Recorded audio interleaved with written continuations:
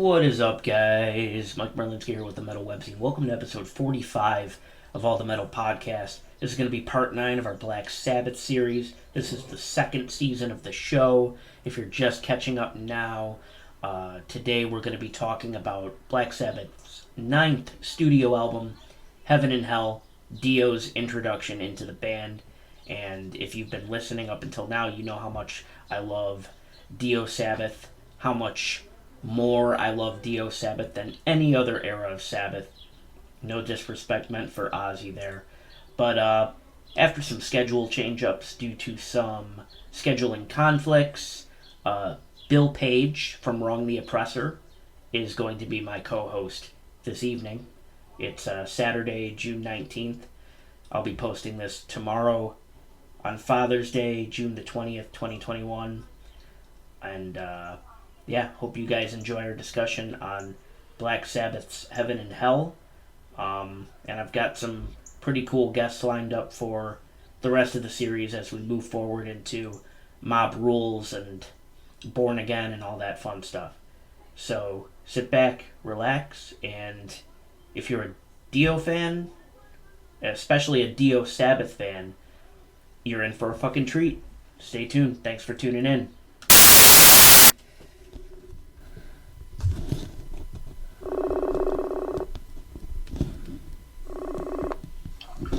Hello. Well, hello, Mr. Bill Page from Wrong the Oppressor. How's it going? Good. How you doing today, Mike? Doing very well. Happy to get back at it. It's been about a month since I've done one of these, and I believe you were the last guest at that point. So, I think we're just going to keep on going with this format as long as you're down to keep doing them. I'm down. He's down. All right, so we've arrived at Dio Sabbath.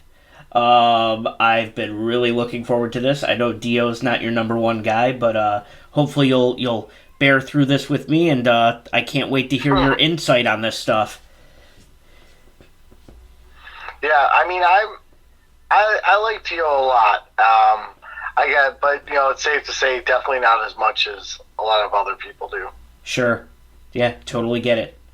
And that's what's cool about, because you were talking about how, most of the people I know who are into Sabbath, Heaven and Hell is their favorite album, and you were saying that it's not even one of your go-tos. So I think it's cool that, we're taking diametrically opposite positions on it, because it should make for a good conversation, and there's nothing wrong with, I guess your take would be considered the hot take.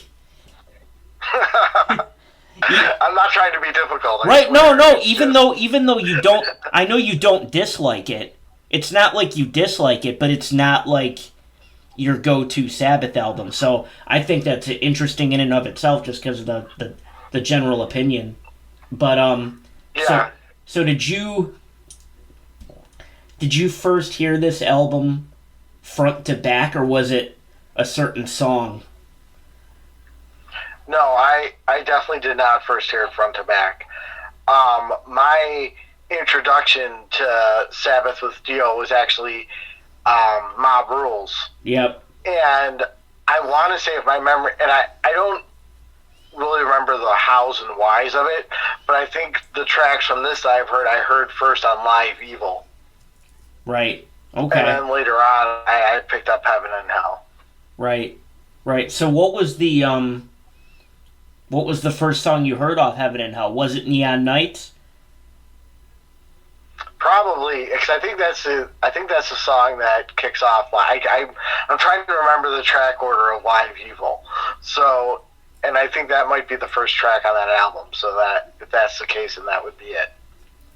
Yeah, that was going to be my next question. So, what was your first impression of the beginning of Neon Nights? Because that's like the slamming introduction of Dio into the band.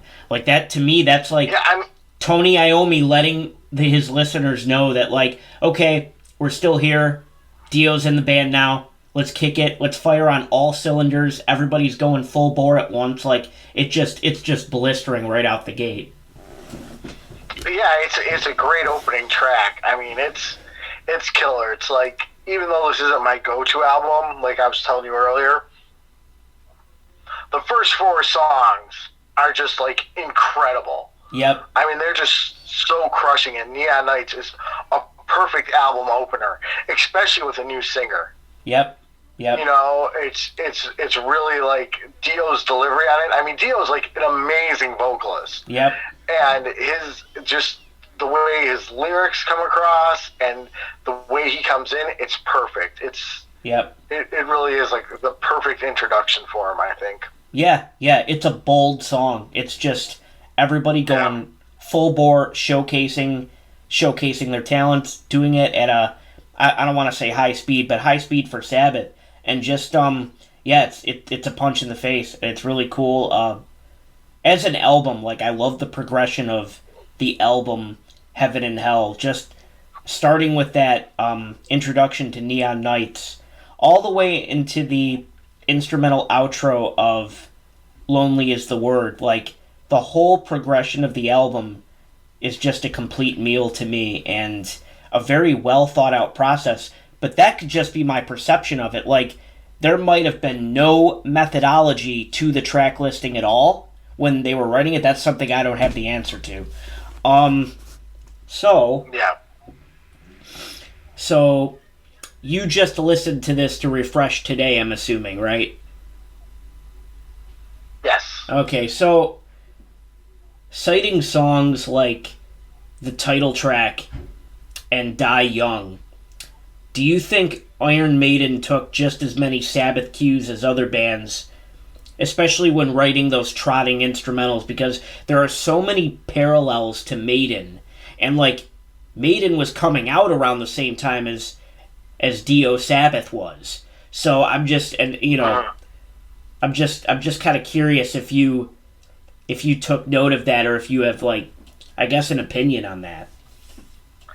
I personally, I never really noticed that, but taking it, like, thinking about it now, because of the time frame of when those Iron Maiden albums started coming out and this did, I think it might just be more circumstance, like they're coming from whatever's influencing Sabbath in that regard. I think it's influencing Iron Maiden also. Sure. I mean, without a doubt, there's some Black Sabbath influenced Iron Maiden anyhow.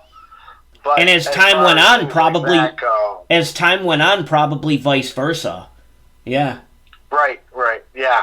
So I think it might just be that sometimes you have bands that have similarities, but it's not because one's influenced by the other, but they're just coming from the same, whatever influenced Sabbath to do that might have been influencing Iron Maiden at the same time. No, you're right. It's a very dated sound. Like when I hear that trot, that dun dun dun dun dun dun, dun, like I hear Black Sabbath's Heaven and Hell album, and I hear a lot of Iron Maiden songs. Like it's just, it might be that simple. It might just be dated. Yeah, I mean, it might have reinforced Iron Maiden, like, okay, this is a good idea to keep going this way. Right. Sure. Like Sabbath is doing it. Yeah. I think bands feed off bands with longevity like that. They feed off of each other over the decades. Yeah. So that's a thing too. So I think I was talking to you about this earlier too, because I just started playing bass more and listening to bass more. So I think Geezer shines a lot on this album, more than he is given credit for. Many of the bass lines depart from the guitars and add another dimension to the songs. So I was just wondering if instrumentally, like, anything stood out to you that way when you were listening today. Not really, but I do think you can really hear a lot of the heavy bass in the title track, Heaven and Hell. Mm-hmm. That song in particular, the bass lines really stand out. Mm-hmm. Mm-hmm. But aside from that, honestly, I've never noticed it any more exceptionally than any other album, because I think Geezer Butler is always, I mean he does follow the guitar, but he's definitely a bass player who goes off into his own things pretty often as well. So nothing about this really stood out more to me on this album with that, in regards to that.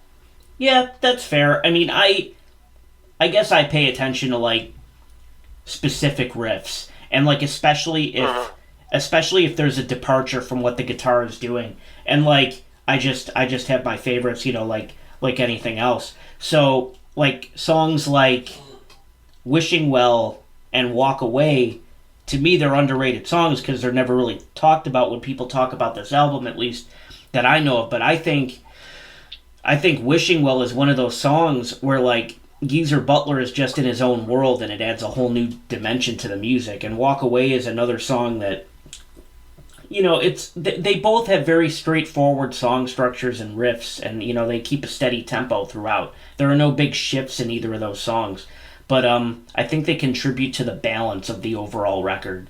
So do you consider those songs to be underrated, or are you just kind of indifferent to those tracks as well? Like, how do you feel about those two tracks in particular? I hate to say it, but I am kind of indifferent to them. Yeah. Because, like I said, like the first 4 songs on this album, I just think are amazing. Are fucking incredible. Like, yeah. And then after that, I just start to lose interest. Sure. And I can't really, because there's nothing wrong with any of the songs. Like, right. I don't dislike them. Right. And I think about it, because I know this is a real popular Sabbath album, and I'm not saying this just to be like a contrarian or anything.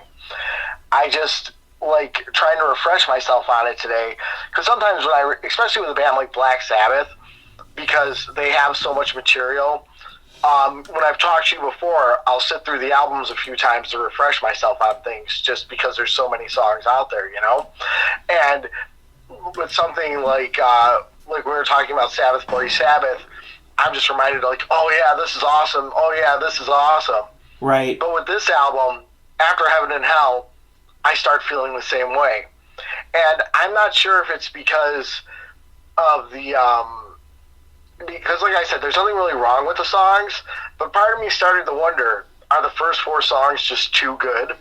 Yeah, they're difficult to follow, that's true, and that's why the second half of the album is crazy underrated. I mean, because even if you go on YouTube and you just look up, like, Black Sabbath Heaven and Hell reaction videos, nobody's reacting to tracks 5 through 8.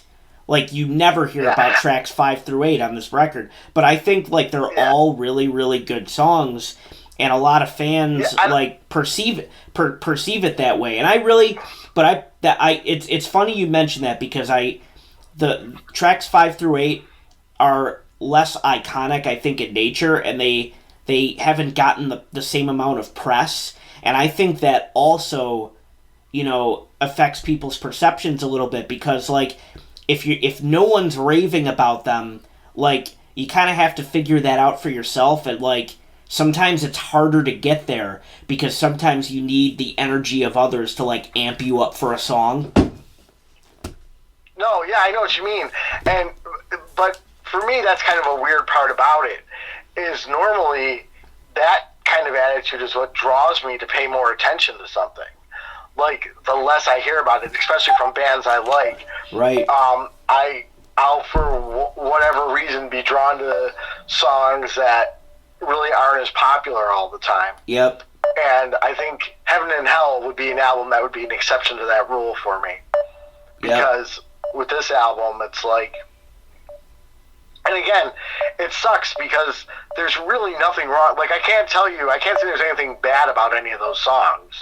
They're good songs. They're solid songs. But for some reason, After Heaven and Hell, they just don't hold my attention anymore. But it's because Heaven and Hell is such an epic. It's a very difficult song to follow. Like, when I was listening to the album today, like, I had this idea... I almost started at track 5. Just because I've immersed myself in the front half of the album so much, like, I almost wanted to listen to the latter half first, but I didn't end up doing that.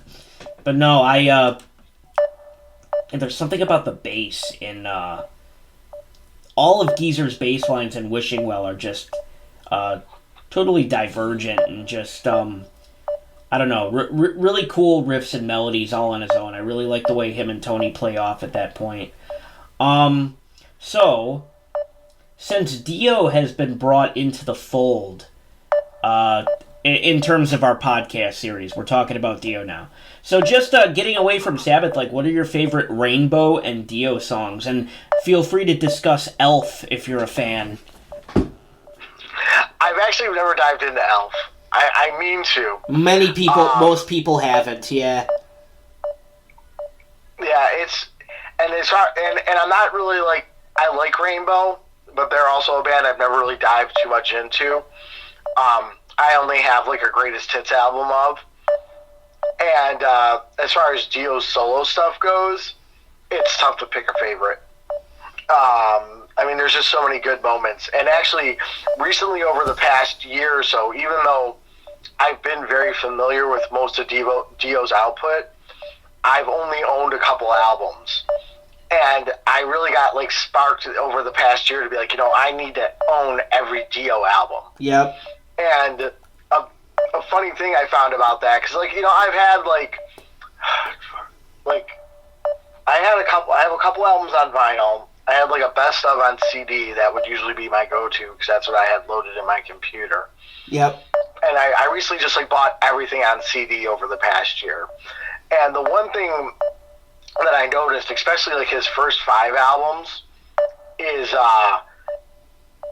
he is not a greatest hits type artist to listen to. No. He's like someone where it's like immersing yourself in the album.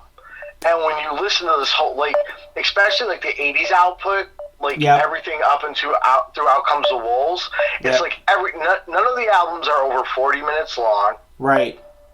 And they're just perfectly structured, good metal albums. And yeah, they're all. It's like a giant saga, and like you have no choice but to perceive it as such. Especially with all his fantastical themes, with his writing, lyrics, and the artwork and everything. Like, it's this whole journey that you go on, and like you can argue that like Holy Diver is like a greatest hit song, but like Dio's a whole experience, like discography wise. You're really cheating yourself if you're not diving into his whole albums. Really, I mean, you might be like, yeah, these are great songs, and they are, but you really get a different vibe from them when you're just like in the whole album. Yeah, it's just like a completely different experience and a much more rewarding experience. You have a whole new appreciation to just his whole execution and everything about it. Yep, we're back. All right. Yeah, so sorry about that beeping. Did you hear it on your end? I heard something going a little wonky, but I didn't hear any like... Yeah, it was this loud beeping, like a pinging, and it would like, there'd be a really loud one, and then it would gradually get quieter, and then it would start over again. So I feel like that, I think it was like Facebook Messenger trying to keep the call or something.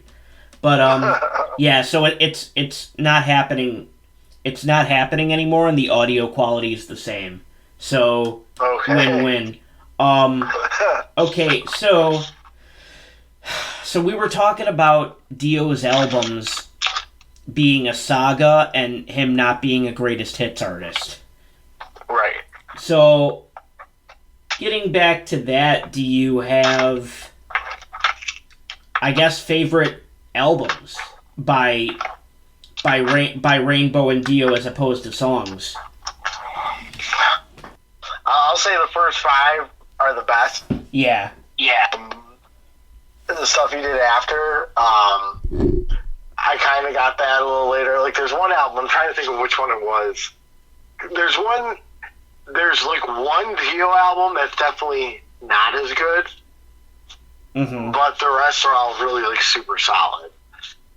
Which one is it? You know what? Give me a moment to check my library. Okay. You know what? So, after he did Dehumanizer with Black Sabbath, he did, what's this album called? Strange Highways. Strange Highways is not that fucking great. And that really bummed me out because of all the CDs that I went and reacquired. That's the one that cost me the most because I had to get a Japanese import of it. And I'm just like, this is the worst one of the bunch. I mean, it doesn't suck. You know, it's still a Dio album, and like the title track on it's amazing. But you just you needed to own them all. Right, but as far as they all go, that one was like the most disappointing. And the most expensive. That's usually how that works when you're trying to collect a discography. You know, it's like, and like all the ones after it, you know, like they're all been reissued with like double discs full of like full live concerts, and they're all amazing. And all the live recordings are amazing. It's great. But that album, yeah, I can pick a least favorite Dio album, but sure. I thought that one would be way better because I felt like he'd feel like he had more to prove. Right. Well, apparently not. Yeah, I can't even remember a single song off that record right now, thinking about it. So I guess that means it's forgettable. So anything by Rainbow stand out? I mean, The Man on the Silver Mountain's a great song. It's probably a typical answer, but... Oh, no, it is. It is. It's iconic for a reason. Song. Yeah, it's such a good song. Yep. All right, so getting back to Heaven and Hell, we're going to do the favorites. So the favorite riff and solo, favorite lyric, favorite bass lick, and favorite drum passage. So I'll go with mine. So for guitar, it's the main single note riff in the title track. Dun, dun, dun, dun, dun, dun, dun, like, it's fucking headbang inducing, and it's so simple, but it's just so good, and it's super sticky. And the ending solo of Die Young, I think that's Iommi's most technical moment on the record, and that's just absolute shred compared to everything else he's doing. It really sticks out to me. My favorite lyrics are right in the beginning of Children of the Sea. I know the typical answer is, the world is full of kings and queens that blind your eyes and steal your dreams. Like, I know that's the typical, like, answer from the title track, but my favorite lyrics on this record, they kick off Children of the Sea and they go, "In the misty morning on the edge of time, we've lost the rising sun, a final sign. As the misty morning rolls away to die, reaching for the stars, we blind the sky." I think that's awesome, like, over just the way he's singing it, too, and over that clean guitar, it's super, I don't know, it's like queuing in a Dungeons and Dragons campaign.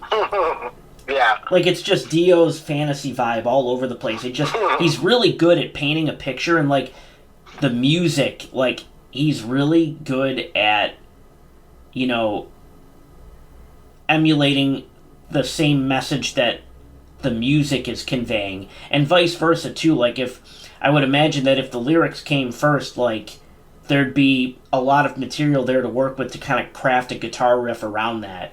So the chemistry is just undeniable. For the bass, it's all of Wishing Well. I love Geezer's bass lines in Wishing Well. It's just, it's like listening to Steve Harris. You know, it's like listening to any standout rock and roll or metal bass player that is reined in by the guitar, but at the same time going off on a tangent and writing their own riffs and putting their own melodies under like big guitar chords and really just adding their own layer to it.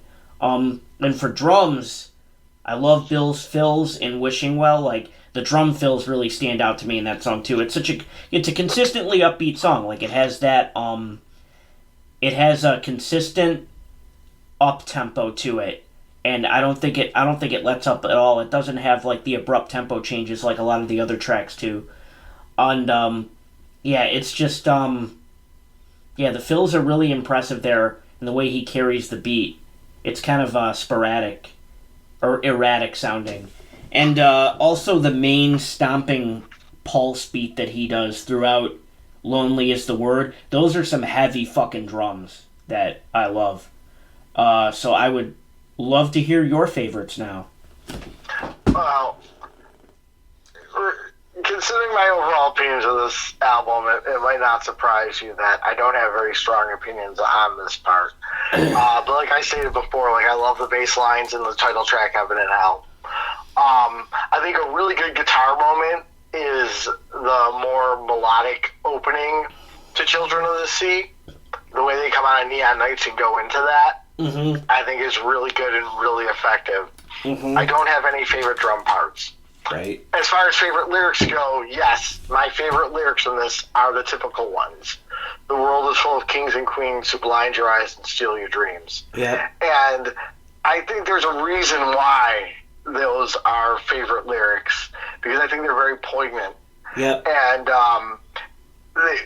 they probably ring the most truth of any kind of Black Sabbath lyric you would hear. Sure. And what I find interesting about it is how, if you look at a band like Black Sabbath, and, you know, I think with metal bands like this, you can see a very diverse crowd, at least as far as, like, a political mind goes, where if you take a more current band, they'll really appeal to people even of, like, a certain kind of mindset as far as politics or social thinking goes, where a band like Black Sabbath kind of covers a broader spectrum.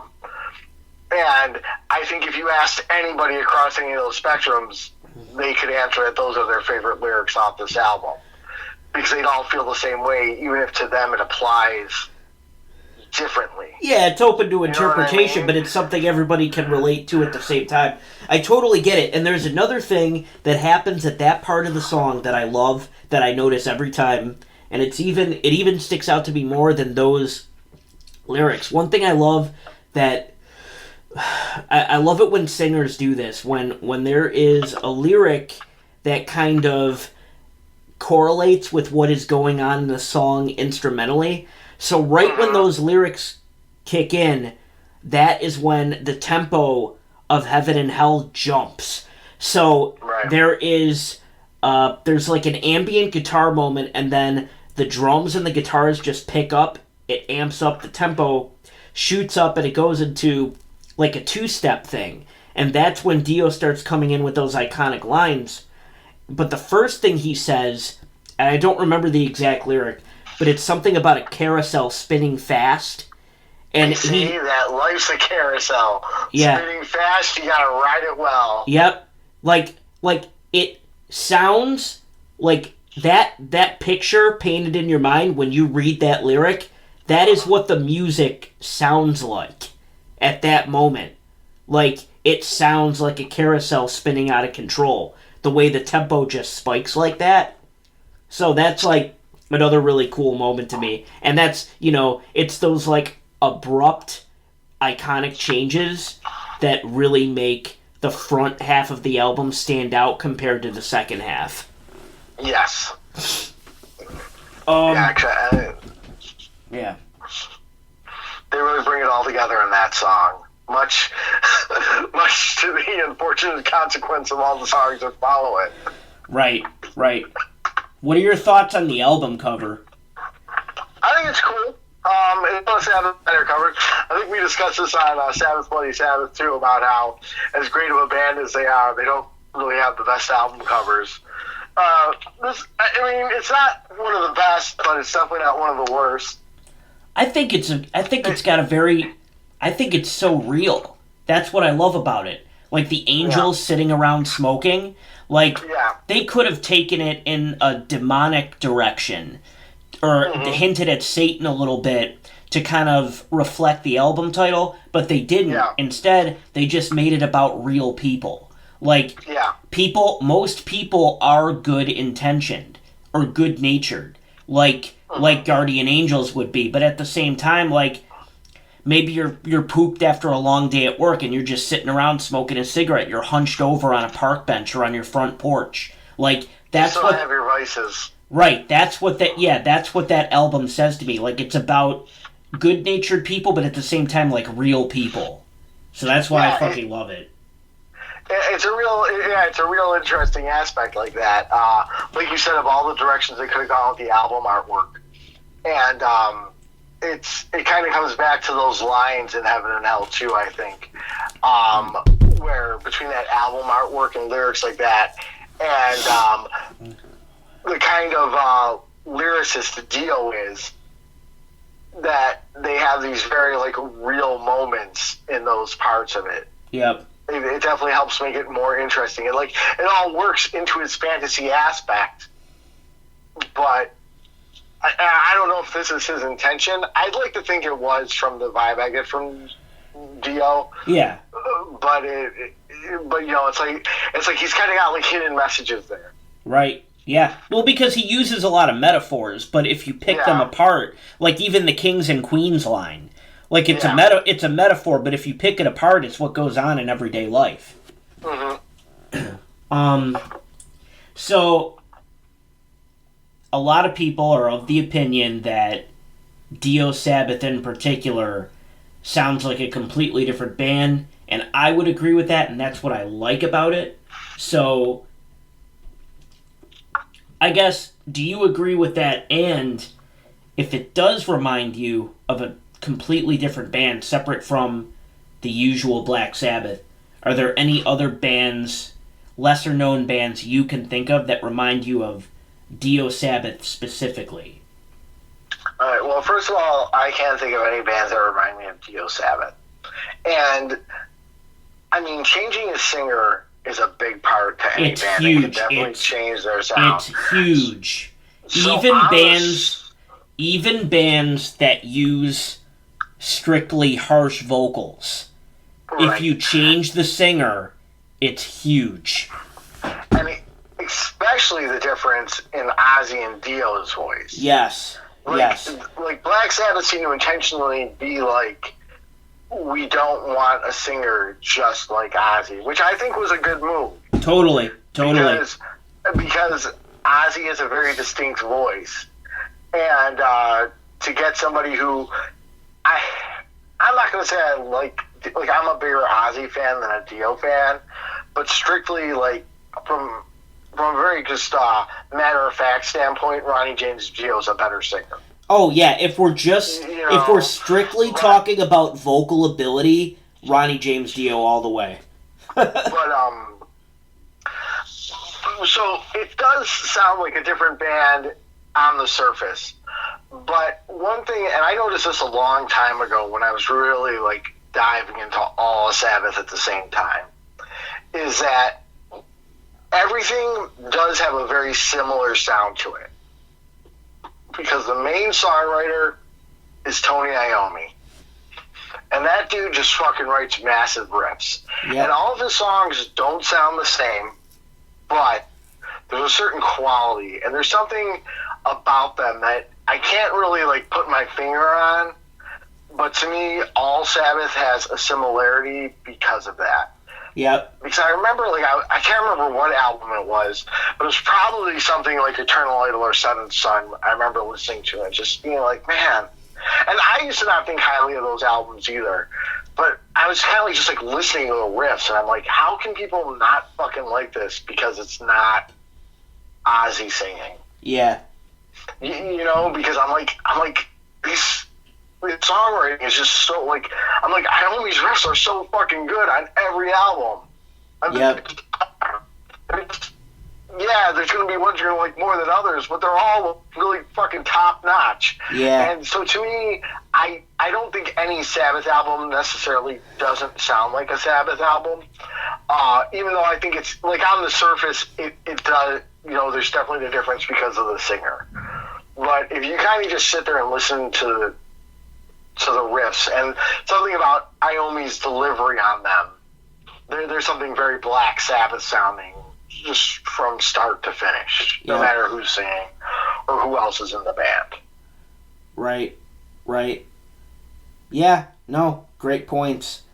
So what is, because it's kind of a petty reason, like, I'm not going to listen to well, I mean, some people get attached to singers, but I mean, it's kind of a petty reason to dismiss even what the rest of the band is doing, you know, just because it's a different singer. So, no, I think you made a lot of really great points. I love, what Dio brought to the table, but I think it does, Dio Sabbath is very unique, but you're right. I mean, it's super unique on the surface, but all those same Black Sabbath signatures are still there.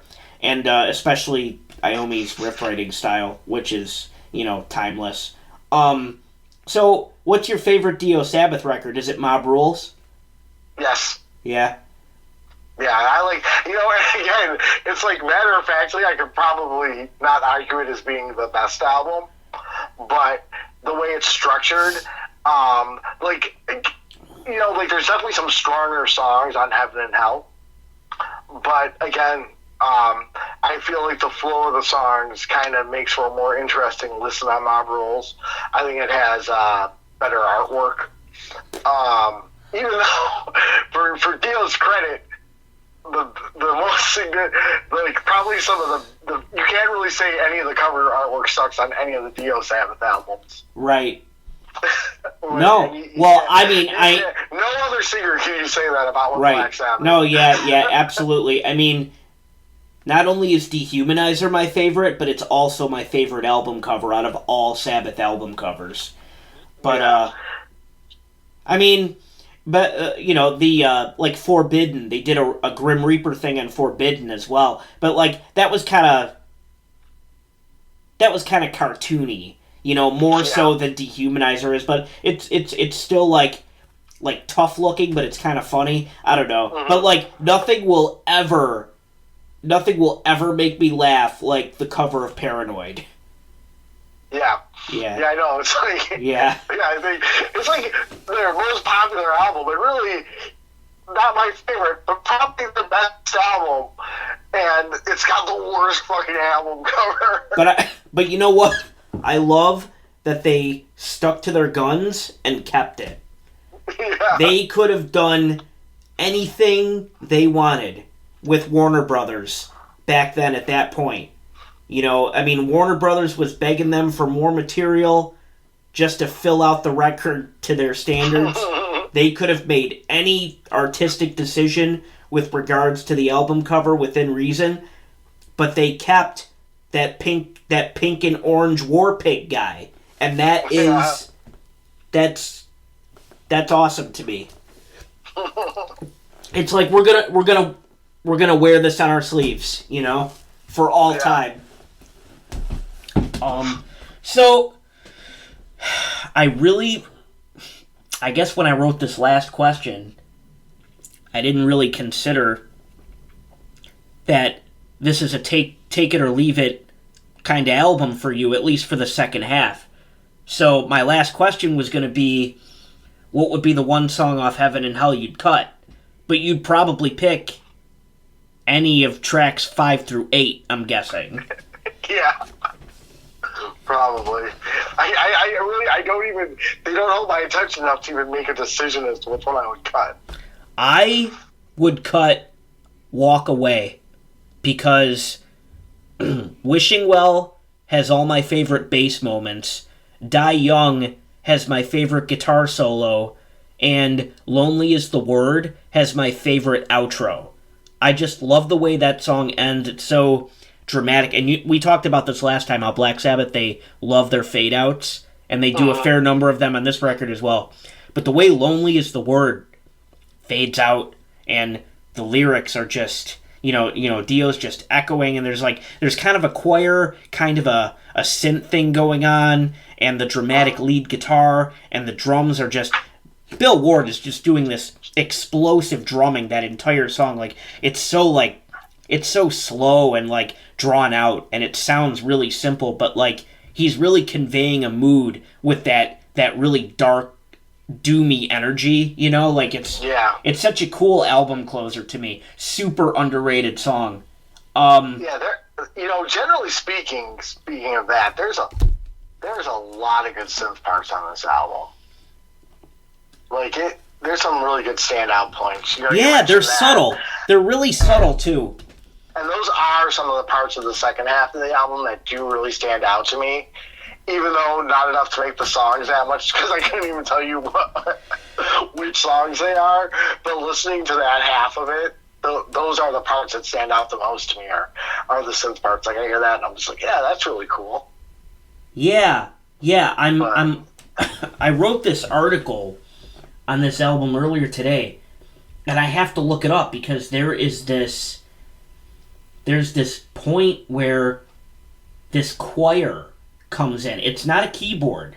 It's an actual choir, and it might just be like the same. It might be Dio, or it might be the same vocalist like layered a bunch of times. I don't know. Like, yeah, I don't know how it was recorded, but at some point on this album, there's a choir that drops in, and it's in the bridge, and it's just no, you're right. I know which part you're talking about. Yeah, and it's just fucking epic. Like, it's so... And it's one of those parts that comes out of nowhere, too. And I wish I could remember where it's at.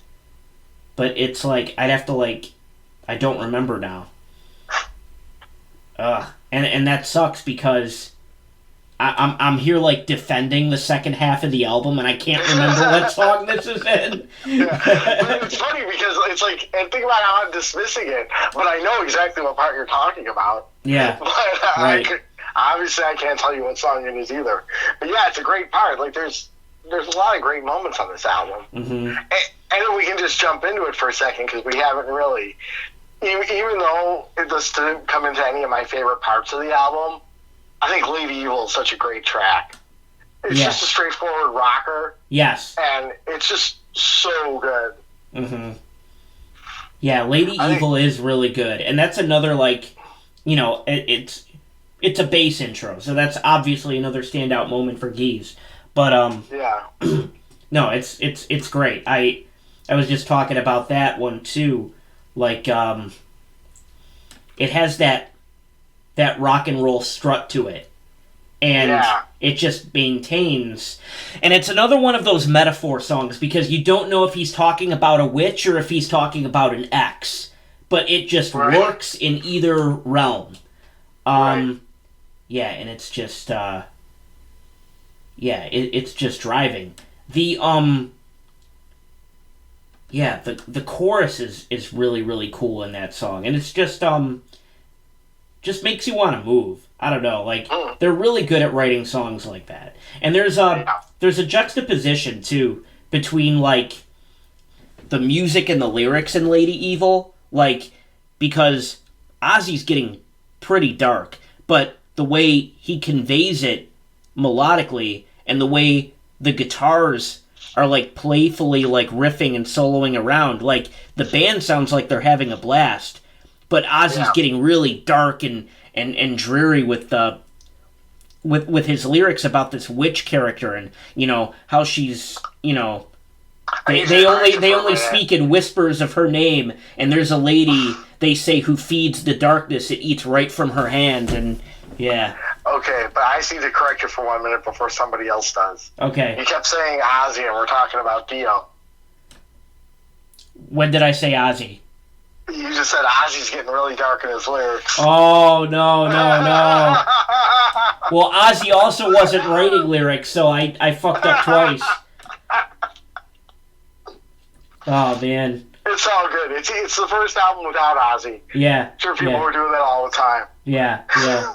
I would love to have heard this album when it came out, though. Sure. I mean, like, this is one of those things that to be there when it happened.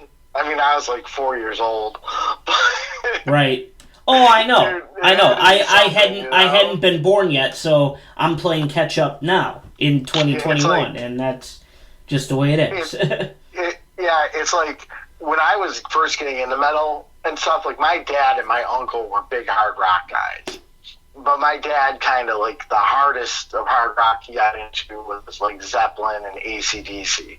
Then my uncle, who lived across the street, was really into Black Sabbath. They're both people who kind of drew their lines at certain albums with bands. Right. And to my Uncle Wayne, it was just like when Ozzy wasn't in Sabbath anymore, it didn't matter. I don't think he even liked to Never Say Die. Right. he's like one of those guys. Yeah. You love Never Say Die. I love that album, yeah. I think he was kind of disappointed in that. Oh, no. I think I'm pretty sure you've told me this story before, yeah. Mm-hmm. But yeah, so it's like to be on that, like, you know, because they were they're the right age, obviously, to be like, man, Ozzy's not in the band anymore. Fuck this. Oh, it's earlier. It's earlier in the record. This whole time, that's probably why I said Ozzy, because I was distracted. this whole time I was trying to figure out where those choir vocals are, and it's earlier in the album. It's in Children of the Sea. Oh, okay. The choir vocals come in. Yeah. Yeah, it's choir vocals, a divergent bass melody, and big bombastic guitar chords. And it's the way the bridge of that song all hits at once in layers. And it's just, and then they abruptly go back to clean guitar. That's what I was trying to remember. Like that, all those changes in Children of the Sea are fucking epic and awesome to me. But again, a standout moment that I was struggling to remember is on the first half of the album. Yeah. And that's the funny thing about it, too, though, is because as much as I say I'm dismissive of the second half of this album, when I think of Heaven and Hell, immediately the songs I think about are Neon Nights and the title track. Yeah. And I think Children of the Sea and Lady Evil are great. Like, those are the types of songs that when I listen to it again, I'm like, yeah, man, these songs fucking killer. Why don't I ever think about these? Mm-hmm. You know? Right. And they're right between Neon Nights and Heaven and Hell. Sure. And they're like the songs that... And I don't know why the rest of the album doesn't grab me like that, because those are two. They're great fucking songs. But even if you wanted me just off top of my head to talk about Heaven and Hell, I would just dwell on Neon Nights and Heaven and Hell. Right. I'd forget every other song on there. So I can listen. I'm just like, yeah, Children of the Sea and Lady Evil, fucking great tracks. They're right up there with those two songs. But for some reason, I can't even explain why, though. It's just something about it. Right. I don't know. But, man, you want me to talk about Mob Rules, I will get into Country Girl. Right. You know? Right. And it's the worst song on the album, but I remember it. Right. Yeah, the first four... The first half of Heaven and Hell, I think it's more than just the writing of each individual song.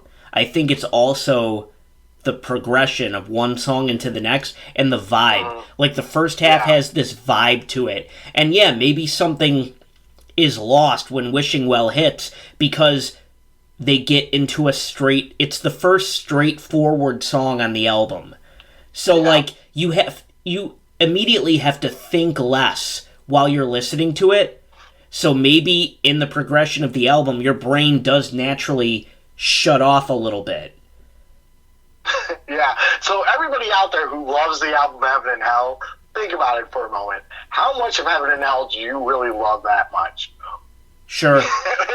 No, that's... Try dwelling on every song after the title track, and then tell me how much you love that album. And that's totally fair. That's totally fair, because there are probably a lot of, single fans out there. You know what I mean? I don't mean single as in not in a relationship. I mean fans of the singles. A lot of people who say they're diehard Sabbath fans, but even not just this album, but when you go album for album, you can only remember the singles, or you realize you're only in love with the big singles. Right. Which is fine. If that's your thing. Yeah. I'm not because it's not because I can't think of any Sabbath single that I dislike, so. Right, yeah. But all right, you got anything to add, sir? I think we covered a lot. Yeah, I think we did. And no, I don't have much to add, I guess. I got my Lady Evil shout out in there. Right. Fucking RJD. I promise I'll be more interesting the next episode I'm on. Oh, more to say. Yeah, I thought this was great. I mean, I don't need to talk to people who share the same opinions as me every fucking time, because at that point, without controversy, there's no magic. So, yeah. Right. All right. Well, you have yourself a good night, and I will contact you about being on again. Awesome. Thanks, Mike. I appreciate it. I appreciate you having me. Have a good night. You too, sir. Talk soon. Later.